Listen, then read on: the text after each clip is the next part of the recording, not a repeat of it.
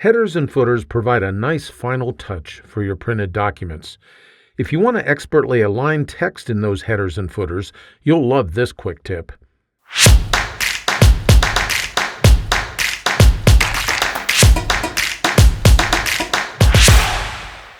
It is not uncommon to add headers and footers to documents. These typically contain information that is helpful to frame the information on the page. If you create a header or footer, and you want to include 3 pieces of information, you might want the first piece left aligned, the second center aligned, and the third right aligned. The normal way to do this is to set up tab stops in the header or footer. You would set up one for the centered information and one for the right aligned information, and just separate the pieces of information with tabs. This works great unless you decide to later change the margins of the page. Notice that if I look at the tab stops in the header portion of this document, there is a centered tab at 3.25 inches and a right-aligned tab at 6.5 inches. That's because I've got a page size of 8.5 inches and I'm using a 1-inch margin. That leaves a text width of 6.5 inches. That's why the tab stops are set where they are. I'm going to get out of this header and footer here, and if I go and I change the layout of this page just a little bit, I'm going to go to Custom Margins, and watch what happens if I set my left margin to 0.5 inches and my right margin to 0.5 inches. When I click OK, my text reflows, but my header doesn't look right anymore. That's because all of a sudden my text width is no longer 6.5 inches, it's been increased to 7.5 inches. And so my tab stops are incorrect for my new margins, and my header or footer looks unprofessional. The better way to handle this formatting issue is through what Microsoft calls alignment tabs.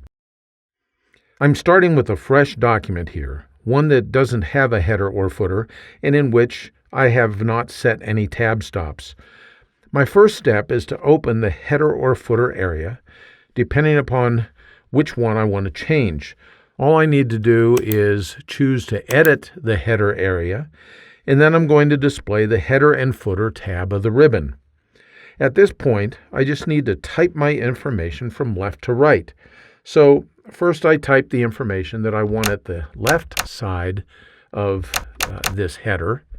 And then in the position group, I'm going to choose Insert Alignment Tab, and that displays the Alignment Tab dialog box. This looks a lot like the regular tabs dialog box, but there are important differences. Since I've already typed the left-aligned content, now I want to choose the center radio button for my next piece of text. The important thing here, though, is to use the Align Relative To drop-down list to indicate how the centering should be calculated. In this case, I want to choose Margin, which means that my next piece of text will be centered based on the margins of the page. When I click on OK, Word advances the insertion point to the center of the line. Now I can type the information that I want centered, and then again choose the Insert Alignment Tab tool. But this time I'm going to choose Right for the alignment and make sure that the Align Relative To drop-down list is still set to Margin. This time, when I click on OK, Word advances the insertion point to the right margin, and I can type my info that I want at the right side of this header. Now I have all 3 pieces of text positioned where I want them. There's something important to realize here. I never once pressed the Tab key, as I would have done with normal tabbed information. Unlike the Tabs dialog box, which allows you to insert tab stops, the Alignment Tab dialog box actually inserts the tab character for you, and it inserts them in order. If you set a right alignment tab first and then a center alignment tab, well, you're going to get very odd results. You need to work from left to right. If I turn on the Show Hide tool, I'll get out of this and jump over to the Home tab of the ribbon and turn on the Show Hide tool. You can see that Word puts the familiar tab indicator between the pieces of information. Even so, you must remember that these are not regular tabs. If I go back over to edit this up here, you can see that the tab stops are still where they were in our earlier document. They're at 3.25 and at 6.5 for the narrower margins. And the alignment tabs don't line up to those tab stops. The alignment tabs are treated very specially. Regular tab stops are set at a particular distance from the left margin, while alignment tabs are set at a relative position, left, center, or right, to both margins.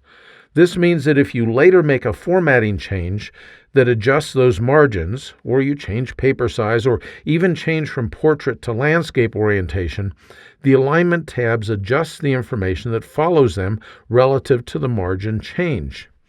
In fact, you can see this if we close this and I go back over to the Layout tab, and now I'm going to set my margins back to normal margins, meaning it'll be 1 inch on each side.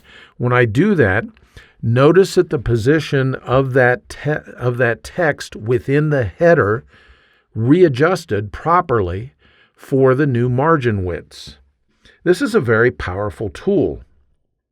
I noted that if you have non-printing characters visible, then alignment tabs look like regular tabs. If you need for some reason to determine whether a tab character is a normal tab or an alignment tab, one way to do so is to try deleting it. Position the insertion point just to the left. We'll get in here first, but position it just to the left of the tab stop and press the delete key. If the tab disappears, then it was a regular tab. If the symbol for the tab character or the arrow is instead simply selected, like you can see on the screen, then that is an alignment tab. Normally, the alignment tab dialog box is accessible only from the header and footer tab of the ribbon. That means that you can normally only add alignment tabs when you are creating your header or footer. If you have a need to add them in a regular document paragraph, you can do so by adding the tool to your Quick Access toolbar.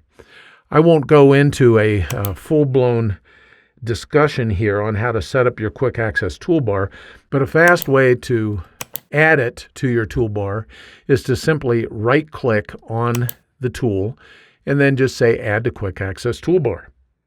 That adds it to the toolbar, and then you can access it within your normal document other than just in headers or footers. I hope that you found this quick tip helpful. If you did, you might consider signing up for my Word Tips newsletter. Every weekly issue is free, and it includes great tips that you can put to work right away. Information is in the notes just below this video. Thanks for spending a few minutes with me today.